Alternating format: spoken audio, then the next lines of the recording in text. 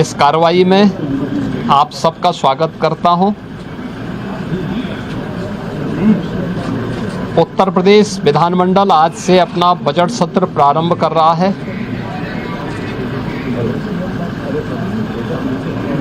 और जो संसदीय परंपराएं हैं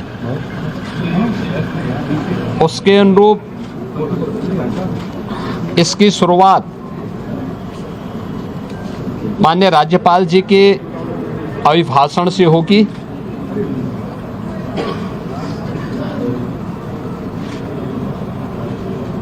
बजट सत्र में दो महत्वपूर्ण एजेंडे होते हैं। एक माननीय राज्यपाल जी का अभिभाषण और दूसरा सामान्य बजट। माननीय राज्यपाल जी का अभिभाषण वह सरकार की उपलब्धियों और भारी कार्य योजना का सरकार का अपना एक दस्तावेज होता है, जिसे राज्यपाल जी के माध्यम से सदन के माध्यम से पूरे प्रदेश के जनता जनार्दन को समर्पित किया जाता है और यह सभी माननीय सदस्य फिर उस पर चर्चा करते हैं। ये सभी कार्रवाई को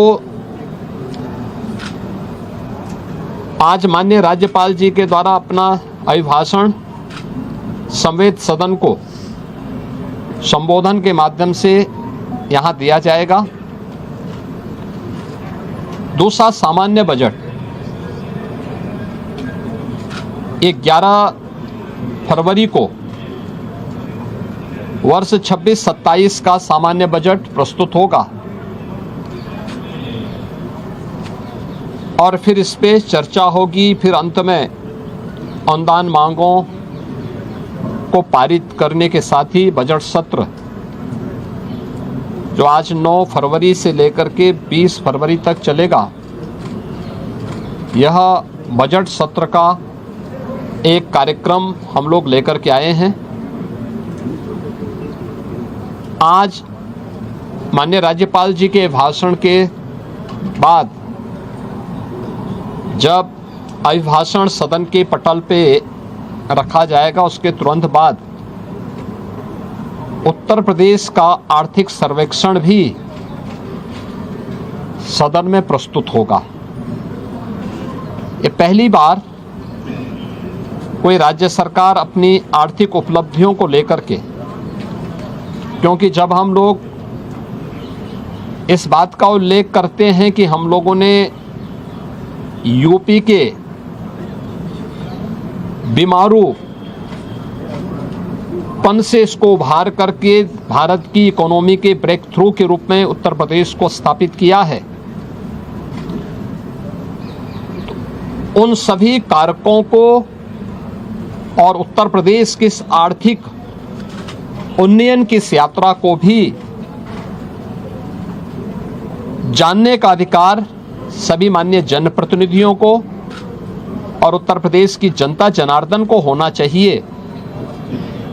हमने आर्थिक उन्नयन कितना किया है, उत्तर प्रदेश की प्रति व्यक्ति आय में क्या वृद्धि हुई है, एम्प्लॉयमेंट जनरेशन की स्थिति क्या है, उत्तर प्रदेश की वित्तीय प्रबंधन को कैसे हमने लगातार एक विषम परिस्थितियों से उभार करके उत्तर प्रदेश को पिछले 5 वर्ष के अंदर, पिछले 5 वर्ष से लगातार रेवेन्यू सरप्लस स्टेट के रूप में स्थापित किया है। इन सब को लेकर के आर्थिक सर्वेक्षण की रिपोर्ट भी आज सदन में प्रस्तुत होगी और मुझे लगता है कि राज्यपाल जी के भाषण पे चर्चा के दौरान भी और बजट पे चर्चा के दौरान भी सभी माननीय सदस्य के लिए यह रिपोर्ट एक महत्वपूर्ण दस्तावेज होगा अपने डाटा को प्रस्तुत करने के लिए और उस पर चर्चा करने के लिए। वास्तव में विधानमंडल लोकतंत्र का एक महत्वपूर्ण आधार स्तंभ है। यह संवाद से चलता है, कार्रवाई को बाधित करके नहीं। किसी भी माननीय सदस्य को अगर कोई मुद्दा उठाना है तो कार्रवाई को बाधित करने से वह एक प्रकार से जिन मुद्दों को की ओर ध्यान आकर्षित करना चाहता है उन मुद्दों पे को डाइल्यूट करने का प्रयास कर रहा है। हम लोगों ने बार बार कहा है कि सरकार संवाद से समस्या का समाधान पर विश्वास करती है। सरकार हर मुद्दे पे चर्चा पर चर्चा करने को तैयार है। हर एक माननीय सदस्य के बहुमूल्य सुझावों को स्वीकार करने को तैयार है, उस पर चर्चा करके और जो भी राज्य के हित में आवश्यक है उस प्रकार का कदम उठाने के लिए तत्पर है, तैयार है। लेकिन कार्रवाई को बाधित न किया जाए, अनावश्यक शोरगुल से बचा जाए।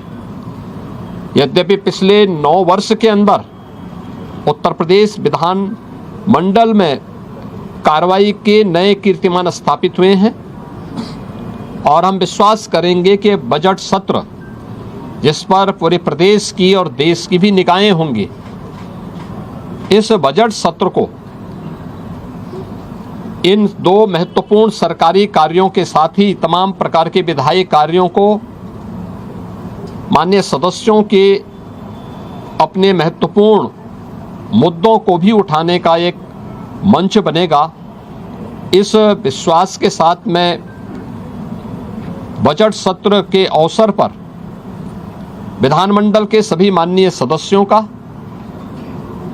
और इस पूरी प्रक्रिया को सुचारू रूप से संपन्न करने के लिए विधानमंडल से जुड़े हुए जो हमारे अधिकारीगण हैं उन सब का भी, आप सभी का भी मैं हृदय से अभिनंदन करता हूं और विश्वास करता हूं कि बजट सत्र उत्तर प्रदेश के विकास की इस स्पीड को और तीव्र करने में एक बड़ी भूमिका का निर्वहन करेगा।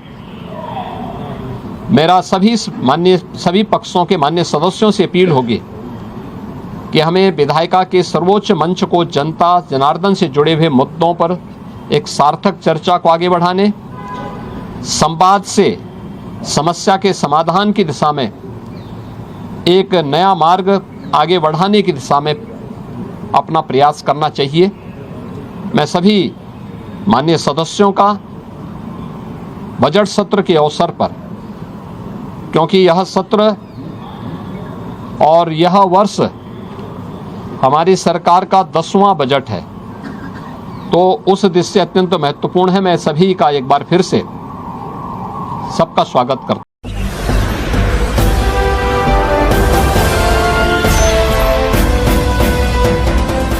आप देख रहे हैं लाइव न्यूज 99, राष्ट्र सबसे पहले।